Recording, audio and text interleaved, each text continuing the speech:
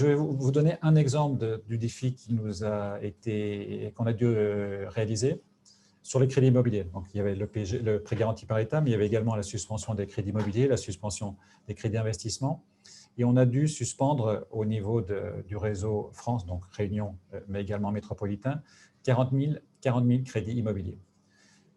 40 000 crédits immobiliers à suspendre, normalement, ça aurait dû prendre 4 ans et demi de travail pour une personne. On a pu le faire en 6 minutes en intégrant l'intelligence artificielle. Pourquoi je vous donne cet exemple-là? C'est simplement parce que le défi nous a amené à devoir trouver des réponses technologiques auxquelles on n'avait pas pensé ou auxquelles on n'avait pas réussi à trouver une solution. Et je crois que c'est déjà la première conclusion de ce confinement et de cette période de confinement, c'est que toutes les entreprises ont dû apporter une réponse différente et je crois qu'on a accéléré des processus de changement, notamment sur les évolutions d'organisation. Donc ça, je crois que c'est un impact qui sera très fort dans les années à venir et sur lequel on pourra peut-être revenir. La deuxième période, c'est la période de déconfinement et là, plutôt une bonne surprise. On était plutôt inquiets, je crois que vous étiez aussi plutôt inquiets pour savoir comment ça allait se passer, aussi bien en métropole qu'à La Réunion.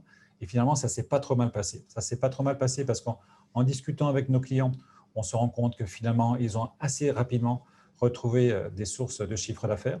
Dans le secteur d'activité, bien sûr, c'est plus difficile, l'hôtellerie, la restauration, mais globalement, il y a une activité commerciale qui est très rapidement repartie. Et donc, ça a permis finalement de contrebalancer pour une partie, et on reviendra sur des chiffres précis, cette période de confinement. Ça s'est plutôt bien passé et on le voit dans la création de Monem. Anne-Sophie, vous en parlez juste avant. Aujourd'hui, les PGE ont permis de créer beaucoup de liquidités et ces liquidités permettent finalement de passer cette situation sans trop de dégâts et même de manière positive. Après, nous sommes quand même sur une période assez artificielle puisque justement, il y avait suspension des remboursements de crédit, il y avait suspension de toutes les échéances professionnelles et il y avait ces prêts garantis par l'État. Donc, une bulle artificielle s'est créée qui nous permet aujourd'hui dans une situation plutôt saine, mais qui ne pourra pas perdurer. Elle ne pourra pas perdurer dans la mesure où, à un moment ou à un autre, il faudra rembourser les crédits et trouver d'autres solutions pour peut-être aller plus loin.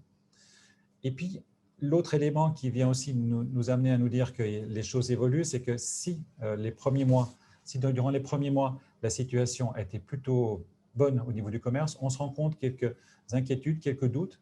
La deuxième vague est arrivée. Est-ce que les clients vont continuer à consommer comme ils l'ont fait avant? C'est un point d'interrogation et je crois que ça vaudra la peine également de l'aborder. Mais il est certain qu'aujourd'hui, les fortes liquidités qui ont été créées ont permis justement d'absorber ce coût et nous devons nous poser la question de savoir comment nous allons vivre en début d'année avec l'échéance du prêt garanti par l'État et globalement, est-ce qu'il y a d'autres solutions?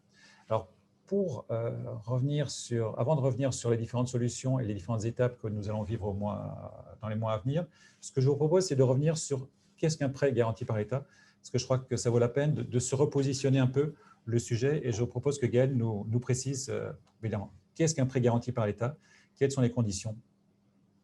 Tout à fait. Donc, le prêt garanti par l'État, effectivement, un dispositif qui a été mis en place au printemps par l'État. C'est un prêt qui est fait par les banques avec un différé de remboursement d'un an pour lesquels les prêteurs bénéficient d'une garantie de l'État à hauteur de 90%. La question, c'est vraiment quel est son objet. Son objet, c'est très simple, c'est de pallier les décalages que les entreprises ont pu avoir entre le montant des charges fixes qui a perduré durant toute cette période et la baisse des recettes qu'ils ont pu avoir en même temps pendant le confinement et ensuite le redémarrage de l'activité. Et je crois qu'il y avait une situation générale et plus certaines particularités pour certains secteurs d'activité comme le tourisme. Tout à fait. Il y a eu ce qu'on a appelé des PGE spécifiques. Donc, tout d'abord, le PGE saison qui est destiné tout à fait aux sociétés du tourisme, mais également toute activité avec une activité saisonnière. Donc, on entend par là le sport, le loisir, l'événementiel, parfois la restauration dans certains secteurs géographiques. Du coup, on a eu une adaptation du PGE. Ça reste un PGE classique, mais pour lequel le montant est calculé, par exemple, pour ces entreprises de ces secteurs-là sur les 3 meilleurs mois du chiffre d'affaires. Le deuxième exemple, ça peut être également ce qui a été fait pour les sociétés innovantes ou de création récente. Bien sûr, le chiffre d'affaires n'est pas une référence fiable et stable dans ce cadre, donc on est parti plutôt sur des critères de masse salariale. Il y a aussi également une adaptation, dernier exemple, concernant les holdings. Lorsqu'on est sur un grand groupe, ça peut être un peu fastidieux de demander des PGE pour chacune de ces entités juridiques. Et dans ce cadre, l'État a admis qu'on mette en place des PGE directement sur la société mère, sur la holding du groupe. Alors, la grande masse des souscriptions des PGE, des prêts garantis par l'État, c'était au mois d'avril, au mois de mai. Est-ce qu'on peut encore aujourd'hui souscrire à ce PGE? Tout à fait, on peut encore souscrire au PGE jusqu'au 31 décembre. Et c'est vraiment une bonne chose d'y penser également maintenant, même si on se sentait un peu moins concerné par ces besoins de trésorerie il y a 3-4 mois. Il faut aussi anticiper ce qui va se passer. Est-ce qu'on manque tous un peu de manque de visibilité, on va dire, sur ce qui va se passer sur les 3 prochains mois? Il y a une reprise qui se fait avec des plus ou moins certaines vagues. Donc effectivement, vous pouvez encore demander des PGE jusqu'au 31 décembre de cette année. Donc jusqu'au 31 décembre, ça paraît très très court. On peut se poser la question finalement, mais pourquoi souscrire encore maintenant? Est-ce que ça a encore un intérêt? Ça a encore un intérêt dès lors que vous allez pouvoir être en mesure d'anticiper vos besoins de trésorerie. Là, vous avez eu, comme on disait tout à l'heure, l'économie est un peu sous perfusion. On a eu beaucoup de mesures différentes qui ont été mises en place par l'État, des moratoires sur les charges sociales, des reports de crédit. Et toutes ces mesures-là ont une fin programmée, là, soit avant la fin de l'année 2020, soit en début d'année 2021. Donc, on peut penser que les tensions de trésorerie peuvent aussi perdurer au premier et au deuxième trimestre de l'année 2021. C'est pourquoi demander un PGE maintenant, avec un différé d'1 an, va vous permettre d'avoir un soupçon de trésorerie supplémentaire sur les 12 mois à venir. Est-ce qu'on a quelques chiffres, savoir de l'importance des PGE au niveau de la Réunion? Alors, pour la Réunion, oui, on a donc toutes les banques de la place ont accordé 6 400 PGE à l'heure actuelle pour plus d'1 milliard d'euros. En comparatif, en métropole et en France globale, avec tous les départements d'outre-mer, on est sur 570 000 PGE accordés pour 120 milliards d'euros. D'accord. Et à certains moments, et surtout au début, on pensait qu'il allait être difficile d'acquérir ce crédit. Est-ce qu'il y a eu beaucoup de refus ou finalement ça s'est plutôt bien passé? Non, il y a eu vraiment assez peu de refus. Les banques dans la place ont été vraiment très accompagnantes et ont vraiment joué leur rôle dans ce plan qu'a mis en place l'État pour assurer la relance. Donc on arrive à ces périodes pendant laquelle on va devoir se poser la question, qu'est-ce que je fais de mon prêt garanti par l'État? Est-ce que je rembourse ou est-ce que je ne le rembourse pas? Comment est-ce que je peux le rembourser? Est-ce que je peux le rembourser partiellement? C'est un ensemble de questions qu'on peut se poser et qu'on doit se poser et qu'on va évoquer avec Gaël. Alors d'abord, quelles sont les solutions pour rembourser le prêt garanti de l'État et puis quand est-ce qu'on peut le rembourser?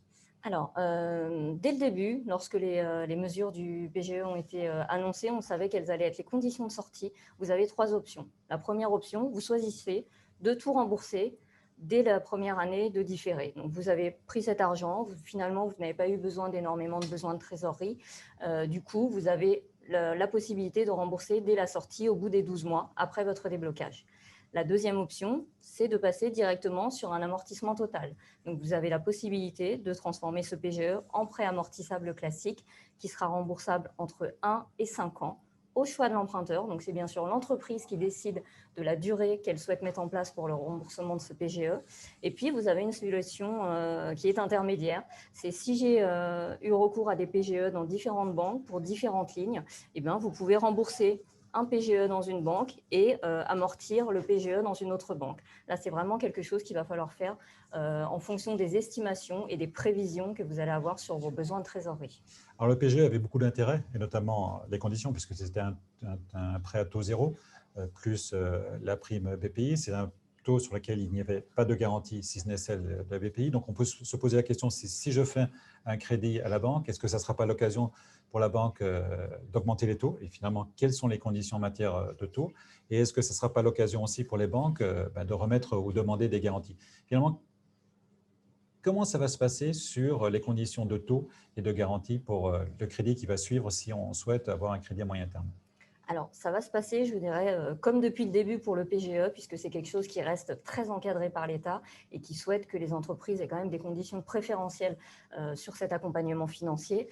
Donc, en termes de taux, il est effectivement annoncé que le taux qui va être pratiqué et qui dépendra bien sûr de la durée de l'amortissement se fera à prix coûtant. Les banques sont encore en train d'échanger sur ce sujet-là, mais nous avons eu une communication de notre ministre Bruno Le Maire qui a annoncé et qui a donné des bornes pour ces taux.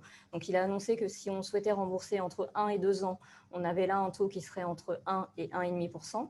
Et si on souhaitait rembourser entre 3 et 5 ans, là, on aura cette fois un taux entre 2 et 2,5%. Voilà, donc ça reste à préciser, mais effectivement, cela tiendra compte aussi des conditions de marché, de l'accès au refinancement de chaque banque. Et il y aura encore une fois le coût de la garantie BPI qu'il faudra prolonger sur la durée du prêt. Encore quelques incertitudes donc, sur ce crédit qui va suivre. Il est certain que les conditions ne sont pas des conditions élevées parce qu'il y a une volonté politique de faire en sorte que cette transition entre le PGE et les nouveaux crédits se passe bien et que ça n'entraîne pas des surcoûts importants pour les entreprises. On aura certainement de la visibilité dans les semaines à venir. Et finalement, est-ce que les banques peuvent être amenées à refuser un crédit à moyen terme pour rembourser le prêt garanti par l'État ? Alors, ça ne fait pas partie des conditions de mise en place du PGE. À partir du moment où la banque a accordé un PGE, elle partait du principe qu'elle accorderait aussi l'amortissement qu'il y aura derrière. Bien sûr, il faut qu'il y ait un échange qui soit fait, comme d'habitude, avec les conseillers, je dirais, habituels de l'entreprise, son expert comptable, son directeur financier, bien sûr, l'entrepreneur qui a la visibilité sur l'activité et le banquier pour savoir quelle est la meilleure solution. Donc là, on est vraiment dans le rôle du conseil du banquier, dans le rôle du conseil de l'expert comptable également, pour apporter vraiment la meilleure solution optimisée et customisable presque pour l'entreprise. Alors, on s'est rendu compte, et pour nous, c'était plutôt une bonne surprise, comme je vous le disais au début, c'est que tous les clients n'ont pas utilisé leur prêt garanti par l'État. D'ailleurs, on a une création de liquidités très importante au niveau de toutes les banques, au niveau de la trésorerie des entreprises, mais également sur la clientèle des particuliers. Un exemple pour BNP Paribas, mais c'est l'exemple pour toutes les banques. On a augmenté nos ressources non rémunérées, donc la trésorerie des clients de 15 à 20%, ce qui est juste énorme. Donc, on se rend compte qu'en fait, les PGE n'ont pas été totalement ou partiellement utilisés. Finalement, est-ce que le client a intérêt à rembourser son PGE ou il aurait plutôt intérêt à finalement faire un crédit à moyen terme pour se dire « j'ai de la trésorerie, quel est l'intérêt pour le client ? S'il a cette trésorerie, est-ce que ça vaut la peine qu'il le rembourse ou qu'il demande un crédit à moyen terme ?» S'il a la trésorerie et s'il est confiant sur ses prévisions de trésorerie, on peut lui dire qu'il n'y a pas vraiment d'intérêt d'augmenter son niveau d'endettement avec un prêt PGE. Si ensuite il a d'autres opérations de croissance externe, d'investissement, d'équipement, bien sûr que oui, qu'il vaut mieux qu'il garde cette capacité d'endettement.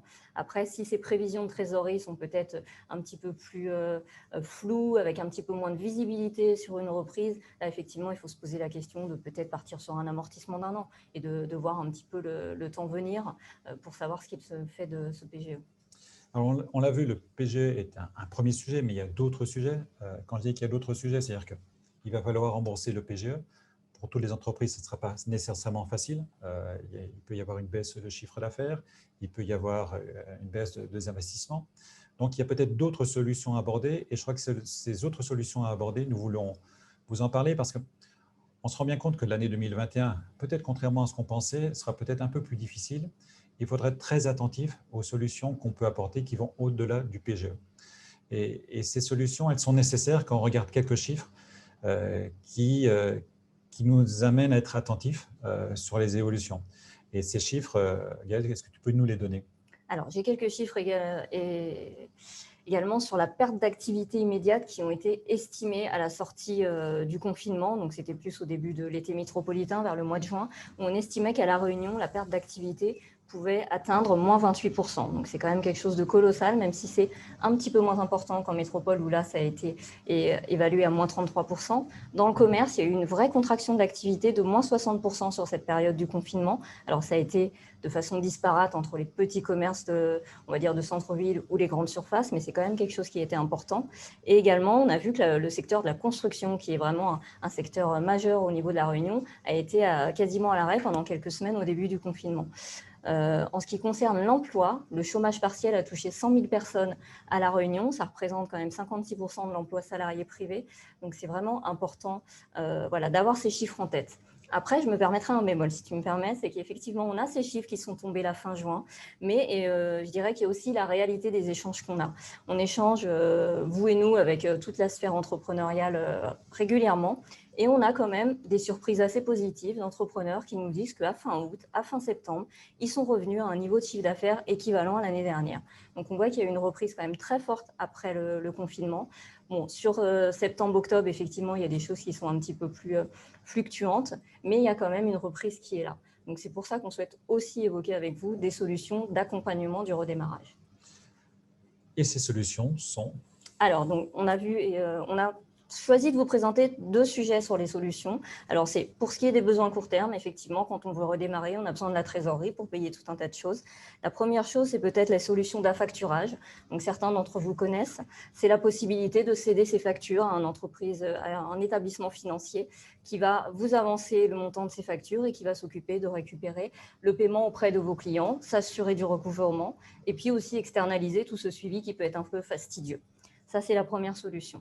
La deuxième solution, c'est plus une garantie sur des lignes court terme que vous auriez déjà. Si vous souhaitez les augmenter, vous pouvez avoir des découvertes, par exemple. Et une solution auquel on pense rarement, c'est le gage sur stock. Vous avez des stocks qui sont là, vous êtes, je ne sais pas, concessionnaire de voitures, voilà, ou vous importez beaucoup de matériel agricole. Voilà, ça peut être un sujet de prendre un gage sur stock, avec ou sans dépossession. Sans dépossession, ça n'a pas d'impact pour vous et ça permet de rassurer le banquier et d'augmenter vos lignes de court terme. Ça, c'était la première piste. La deuxième piste qu'on a souhaité évoquer, c'était tous les sujets de digitalisation. On voit bien que pendant ce sujet du confinement, pendant cette période, la digitalisation s'est vraiment beaucoup développée à plein de niveaux, soit dans nos habitudes de consommation, soit dans nos habitudes de travail. La première, bien sûr, pour les habitudes de consommation, c'est le développement de tout ce qui est paiement à distance. Donc, ça peut être pour des achats sur Internet, ça peut être du paiement mobile. On a vu que le sans contact avait également beaucoup évolué puisqu'on avait augmenté le plafond lors du confinement pendant cette période. Donc, voilà, c'est un peu comment développer ses ventes avec des moyens de paiement alternatifs. Et ça peut tout à fait se mettre en place à la fois dans du B2B ou du B2C en fonction de votre business. La dernière piste, c'est qu'effectivement, on a été quand même beaucoup à se retrouver en télétravail et toutes les entreprises n'étaient pas forcément équipées pour ça, soit en termes de serveurs, soit en termes de PC portables, soit en termes de logiciels dédiés. Et ça a eu un certain coût pour pas mal de sociétés. Donc l'idée actuellement, c'est effectivement d'aller voir son banquier, demander à se faire refinancer tous ces investissements qu'on a eus. Ça peut se faire aussi bien en crédit classique ou même en leasing. Donc ça, c'est des solutions à évoquer pour refinancer des charges que vous avez eues liées à cette crise. Et peut-être une solution évoquée également, et là c'est plutôt Made in BNP Paribas. Nous avons entendu beaucoup parler de la transition énergétique, la transition écologique durant cette période-là, et que le démarrage ne devait pas se faire comme avant, et qu'on devait réfléchir à savoir comment favoriser la transition énergétique. Alors ça fait partie de l'ADN de BNP Paribas, on a fait des choix énergétiques forts qui nous a amené à certains classements qui nous reconnaissent dans notre action énergétique, mais ça veut dire aussi que le redémarrage, on peut l'accompagner à travers le financement de la transition énergétique. Tout à fait. Et ça s'inscrit également en parallèle avec le plan de relance, puisqu'on avait bien vu notre président évoquer ce plan de relance verte pour l'économie. Effectivement, je rebondis là-dessus parce que BNP Paribas est vraiment fortement positionné sur ce sujet qu'on appelle la RSE, responsabilité sociale et environnementale, et pour lequel il y a une vraie volonté depuis des années de travailler là-dessus. Donc, on parlait de classement. Je me permets de préciser qu'encore une fois, la semaine dernière, nous sommes arrivés premiers sur un classement qui s'appelle EcoAct et qui classe toutes les entreprises du CAC 40 pour leurs actions sur le climat. Donc, on voit vraiment que c'est quelque chose qui est ancré dans notre essence, dans notre ADN. Pour ce qui concerne l'accompagnement des clients sur ces sujets-là, bien sûr, nous avons des offres dédiées pour les transitions énergétiques. Donc, si nos clients particuliers, entreprises souhaitent investir pour faire des économies d'énergie, tous ces sujets-là, ils peuvent venir chez BNP Paribas et nous avons des offres avec des prêts bonifiés, avec différentes conditions privilégiées. Et enfin, le deuxième sujet, c'est peut-être aussi tout ce qui est entrepreneuriat solidaire, entrepreneuriat féminin. Nous avons fait le choix récemment de dédier un chargé d'affaires entreprise sur ces sujets-là, puisque c'est vraiment des entreprises qui se développent ou des grandes associations qui agissent sur ce sujet de l'entrepreneuriat social. Alors, on sort d'une période qui est même une période assez faste, puisqu'en fait, pendant 10 ans, on a connu de la croissance économique, il y avait très peu de dépôts de bilan. Il ne faut pas oublier ce que l'histoire nous a donné comme leçon. On se rappelle des crises de 2008-2010, on se rappelle des crises financières, on se rappelle des crises début des années 2000 avec la suppression de la bulle technologique, on se rend compte que les entreprises qui sont restées, les entreprises qui ont survécu, les entreprises qui sont développées, c'est celles qui ont travaillé sur leur bas de bilan. Et je crois que si on doit donner un message fort, c'est retravaillons sur la sécurisation du bas de bilan, retravaillons sur la sécurisation du portefeuille client, des fournisseurs, des risques de volatilité. C'est important parce que, je me répète, on sort d'une période assez faste où finalement tous ces sujets de sécurisation, d'assurance, etc., on les a un peu laissés tomber. Et je crois qu'il est important d'y revenir parce que l'année 2021 n'est pas faite de certitude. Donc plusieurs sujets, et Gaël, ce que je te propose, c'est d'aborder finalement ces différents sujets qui permettent finalement de garantir son chiffre d'affaires et garantir son activité si on a une forte volatilité et si on a une situation de crise qui arrive. Tout à fait. Je vais commencer par quelques chiffres. Ma volonté n'est absolument pas d'être alarmiste, mais voilà, il y a quelques estimations qui ont été faites et il est important qu'on ait en tête, voilà, on pense qu'il pourrait y avoir une hausse des défaillances d'entreprises de plus de 20% liées à la crise Covid, mais également un recul de la consommation des ménages de 13%. Donc, c'est des chiffres voilà, qui sont économiques et qui peuvent avoir un impact lourd s'ils sont vraiment réalisés. Voilà. Néanmoins, il faut garder en tête que ce sont des estimations et qu'il faut être conscient des potentielles difficultés qui pourraient arriver pour les entreprises. Donc, sur ces sujets de sécuriser des opérations, on souhaite aborder avec vous 4 thèmes. La première chose, c'est de sécuriser ses achats. Bien sûr, alors ça peut être à la fois par des offres, ce qu'on appelle de trade finance, de commerce international, donc tout ce qui est crédit documentaire, garantie internationale, stand-by letter, que vous connaissez sans doute, mais également en assurant les marchandises lors de leur transport. On est sur un environnement qui est insulaire. Le coût d'approche est vraiment quelque chose de très important sur l'île. Donc voilà, c'est quelque chose qu'il faut avoir en tête, ce genre de solution. Et sur ces solutions, finalement, on s'est rendu compte que nos clients utilisaient de moins en moins, c'est mon impression, les crédits documentaires. Est-ce qu'on va revenir vers cette utilisation et cette nécessité de l'utilisation ? C'est vrai, je te rejoins. En volume, clairement, on voit que les solutions de trade finance sont de moins en moins utilisées par nos clients. Alors, c'est vrai que pendant longtemps, ça a été toujours un petit peu fastidieux au niveau administratif. Il y avait quand même beaucoup de papiers à fournir. Voilà, c'était quand même très, très fastidieux, encore une fois. Du coup, l'idée, c'est que toutes les banques ont travaillé sur ces sujets-là. Et effectivement, on a mis en place de la digitalisation, du transfert de documents par email, par plateforme, par SharePoint. Et comme ça, c'est beaucoup plus facile à mettre en place. À partir du moment où le client a été conseillé par son banquier, a ouvert une ligne de crédit documentaire, la mise en œuvre est beaucoup plus facile maintenant. On parlait de volatilité, donc c'est la volatilité des marchés sur les devises, sur les matières premières. Là aussi, comment se sécuriser ? Alors, il faut sécuriser effectivement dès lors que vous avez des achats de matières premières à faire, que vous payez en dollars ou si vous intervenez sur des financements sur des taux variables. Il est important de se sécuriser en salle des marchés en prenant des produits de couverture qui sont simples, qui sont encore une fois customisables à votre besoin, adaptés au volume, à la durée et qui vont vous permettre de vous protéger contre une éventuelle volatilité forte qu'on a souvent du mal à anticiper. Et est-ce que tu donnerais des conseils à nos clients pour cette volatilité ? Est-ce qu'il faut être plutôt couvert sur $2, plutôt couvert sur certaines matières premières ? Je pense qu'il faut voir le sujet de manière globale et plutôt penser à la couverture globale de son activité et à l'impact qu'on a dans son entreprise. Je donne un exemple très simple. Si on a 95% de nos approvisionnements qui sont en euros et 5% en dollars, la question va se poser de manière vraiment, on va dire, one-shot, ponctuelle sur le type d'opération qu'on va payer en dollars. Voilà, il s'agit vraiment d'une couverture qu'il faut voir au niveau global de l'activité. D'accord. Post-client, puisqu'en fait, on se rend compte que même si l'entreprise est saine, nos clients peuvent nous mettre en fragilité. Et là, il y a aussi des solutions qui sont des solutions assez classiques qu'il faudrait peut-être retrouver. Tout à fait. Il s'agit des assurances post-client. C'est très simple. Il faut sécuriser son poste et son risque client par une assurance. Ça marche honnêtement comme une assurance auto. C'est-à-dire que si on a un sinistre, on a l'assureur qui intervient à la fois pour vous indemniser, à la fois pour recouvrer éventuellement les paiements en attente de vos clients. Alors, l'assurance… Voilà, on va parler de ces sujets d'assurance. Il y a un adage très connu qui dit l'assurance est toujours trop chère tant qu'on n'a pas de sinistre, c'est sûr. Mais sur ce sujet-là du post-client, il faut aussi garder en tête, et particulièrement dans notre période, qu'une défaillance sur 2 d'entreprise provient de problèmes de paiement des clients. Voilà, c'est pourquoi hein, voilà, l'idée de l'assurance poste et client est intéressante, d'autant plus que les offres qui sont maintenant sur le marché sont encore une fois très adaptables. Vous pouvez assurer tout ou partie de votre portefeuille. Vous pouvez assurer pour différents montants en fonction des clients. Donc voilà, il y a vraiment des choses qui vous permettent, vous, de sécuriser votre risque selon vos besoins. Et puis, ce qu'on oublie souvent, c'est qu'une entreprise, c'est des hommes et des femmes. Et donc, les hommes et les femmes, ils sont fragiles, ils peuvent être défaillants. Et là aussi, il faut réfléchir à cette dynamique et cette solution. Tout à fait. Donc là, on va parler des assurances hommes-clés. Alors, le principe est simple. Là, c'est l'entreprise qui va assurer les hommes-clés. Donc, ça peut être le dirigeant, ça peut être le directeur financier, ça peut être un directeur d'exploitation qui a un savoir-faire, une expertise très spécifique qu'on ne retrouve pas forcément sur le marché très facilement.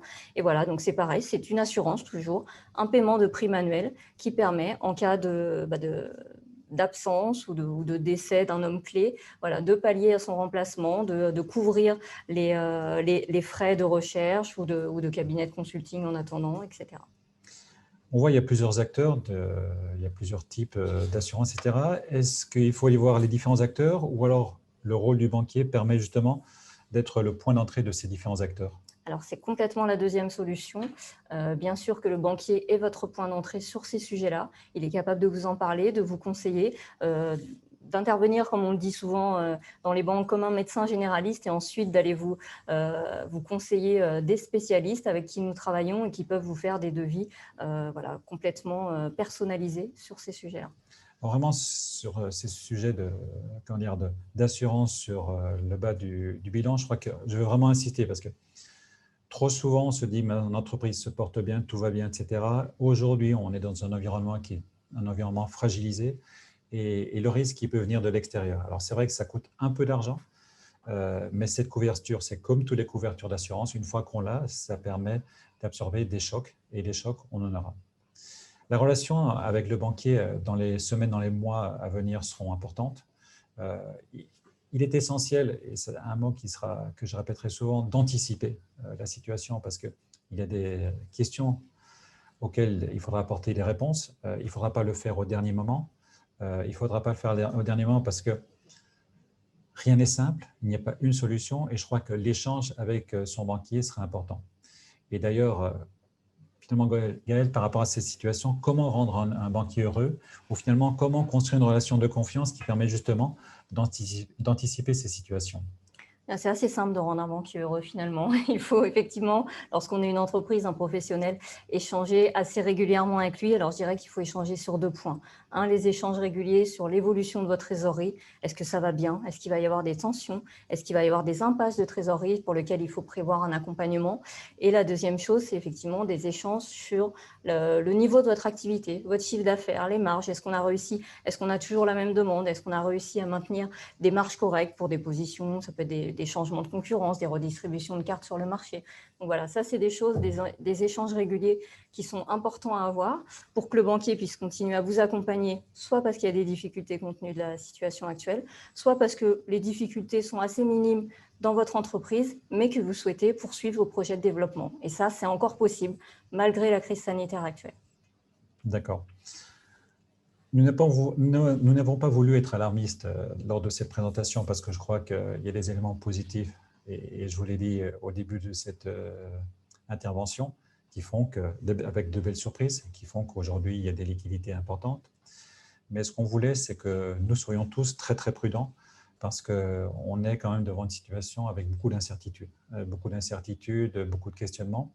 On ne sait pas ce qui va se passer. Est-ce qu'il y aura une seconde vague ou pas? Quelle sera l'ampleur de cette seconde vague? Quel sera l'impact à La Réunion de cette seconde vague? Et puis, il y a des effets indirects inattendus. Je vais prendre l'exemple du secteur automobile à La Réunion. Après la période de déconfinement, alors qu'il y avait une grosse inquiétude, les ventes sont reparties très, très vite. Le seul souci, c'est qu'il y avait une anticipation d'une situation complexe, donc ils avaient baissé leurs commandes. Aujourd'hui, le secteur automobile est dans une situation où il y a un marché, mais il n'y a plus de produit. Et le produit va arriver dans 3, 4, 5 mois. On se rend compte que toutes ces incertitudes peuvent faire en sorte que même quand la situation va bien, on peut avoir des problématiques auxquelles on ne s'était pas attendu. Et c'est pour ça qu'on voulait vous aborder ces différentes solutions, parce qu'on se rend compte qu'il y a des vraies solutions. Les banques peuvent jouer un rôle important de manière à ce que vous passez cette période au mieux. Et véritablement, on doit être un partenaire pour vous, un partenaire qui vous apporte des solutions. Et comme je le disais, anticipons un maximum le dialogue, parce que comme on l'a réussi ensemble à le faire au mois de mars lors de la période de confinement, on peut encore le faire dans les mois et dans les années à venir pour justement de faire de cette crise qu'on en sorte par le haut et par des solutions nouvelles que la crise nous demande de créer. Voilà ce que je voulais vous dire avec Gaël. Merci de votre attention. Là, nous sommes tout à fait à l'écoute de vos questions, savoir s'il y a des éléments sur lesquels, de manière très technique, vous voulez avoir des réponses, ou plus globalement, la façon dont nous vivons ou nous espérons vivre l'évolution de cette situation nouvelle pour nous et également pour vous. Alors, merci Monsieur Roland, merci Gaël, Adami pour votre présentation. Des questions nous arrivent effectivement. Alors, une première, est-ce que vous pensez que les banques ont joué le jeu pour la distribution du PGE? Donc, la question de savoir si les banques ont joué le jeu pour la distribution du PGE, très clairement, la réponse est oui. Très clairement, la réponse est oui sur deux critères. Un premier critère, c'est que par rapport à nos demandes, il y a eu très peu de refus. Pour nous, c'était 2% des refus sur les demandes. Et jouer le jeu aussi sur la facilité avec laquelle nous avons débloqué les fonds. C'est-à-dire qu'en quelques jours, en quelques semaines, on a pu débloquer les fonds et ça ne s'est jamais passé aussi rapidement. Et puis ensuite, il y a les montants, et je crois que Gaël, tu peux rappeler les montants qui illustrent assez bien finalement ce qu'on a pu faire. 1 milliard sur la Réunion et 6 400 PGE accordés, toutes banques confondues. En fait, c'est une activité de crédit qu'on n'a jamais réalisée en termes de montant, et cela pour toutes les banques. Donc, c'est vraiment une situation exceptionnelle pour nous. On a une progression des crédits de 15 à 20%, comme des liquidités. Donc, j'ai le sentiment qu'on a véritablement joué le jeu.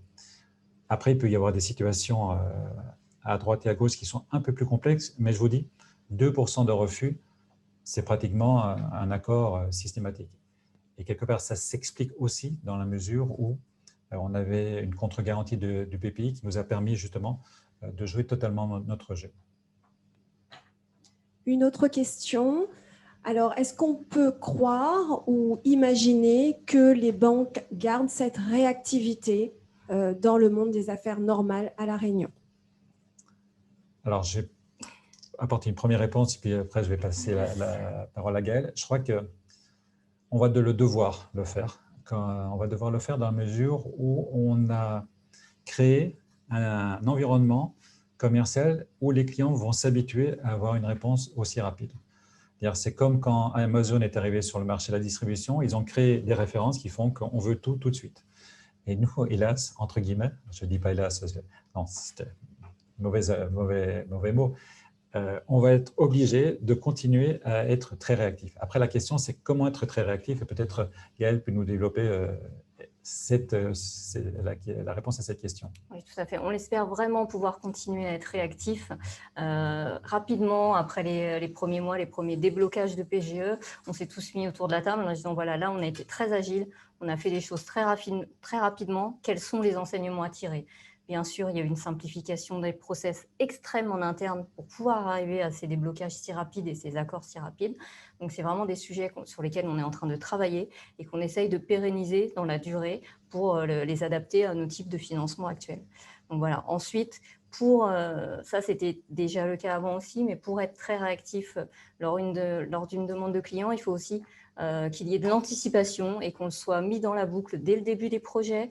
Je pense à des financements qui peuvent être un peu plus compliqués, comme des financements structurés, ce genre de dossier. C'est quelque chose qu'il faut anticiper, sur lesquels on peut travailler à vos côtés dès le début pour ensuite être prêt le jour du closing, le jour du deal. En tout cas, je sais que vous allez nous benchmarker sur le sujet, puisqu'on vous a donné la preuve qu'on était capable de le faire. Et après, vous allez nous dire pourquoi est-ce que vous seriez plus capable de le faire. Donc, pour nous, c'est un très gros challenge. Et ce qui est positif dans cette crise, c'est qu'on a, comme je disais au début, trouvé des solutions technologiques auxquelles on n'avait jamais réussi à apporter des réponses. Et ça, c'est assez exceptionnel. Et je crois que ça sera un peu dans tous les secteurs d'activité. C'est-à-dire qu'on a apporté des réponses. On s'était dit comment on allait le faire. Et pendant des années et des années, on n'avait pas pu réussir à le faire. Et on l'a fait. Donc, ça me permet également d'être positif sur le sujet. Je crois qu'il y a une dernière question. Ou peut-être y a-t-il une dernière question? Tout à fait. Alors, une petite question courte et technique. Sera-t-il possible de rembourser le PGE partiellement? Alors, sur ces sujets-là, ça va dépendre si vous avez fait tout votre PGE dans une seule banque. Je donne un exemple, si vous avez 1 million de PGE dans une banque, normalement, c'est un acte de prêt et il n'était pas prévu au départ qu'on le rembourse partiellement, par exemple pour 300 ou pour 600 000. Donc, dans ce cas-là, ça va peut-être faire l'objet de négociations avec votre banque ou de restructuration de la ligne de court terme pour partie sur un crédit amortissable ou autre. Donc ça, c'est vraiment à l'initiative des banques. La solution pour le rembourser partiellement, qui est complètement possible et actée dès à présent, c'est si votre PGE a été réparti entre plusieurs banques. Si vous avez 2 partenaires bancaires chez qui vous avez fait un PGE de 500 000 dans chaque banque, là, vous avez bien sûr la possibilité de rembourser le PGE dans une banque de suite et d'amortir l'autre partie, puisque ce sont 2 actes de prêt et donc 2 actes de prêt juridiques séparés. Je crois que ça termine notre intervention. Merci pour votre écoute. Merci Gaël pour les renseignements que tu as pu donner. Enfin, nous sommes toujours à votre disposition pour vous donner tous les éclaircissements que vous souhaitez. Nous, quand je dis nous, c'est bien sûr tous les banquiers, BNP Paribas, mais au-delà de BNP Paribas, tous les banquiers de la place. Je vous souhaite une bonne continuation, une bonne journée et à bientôt.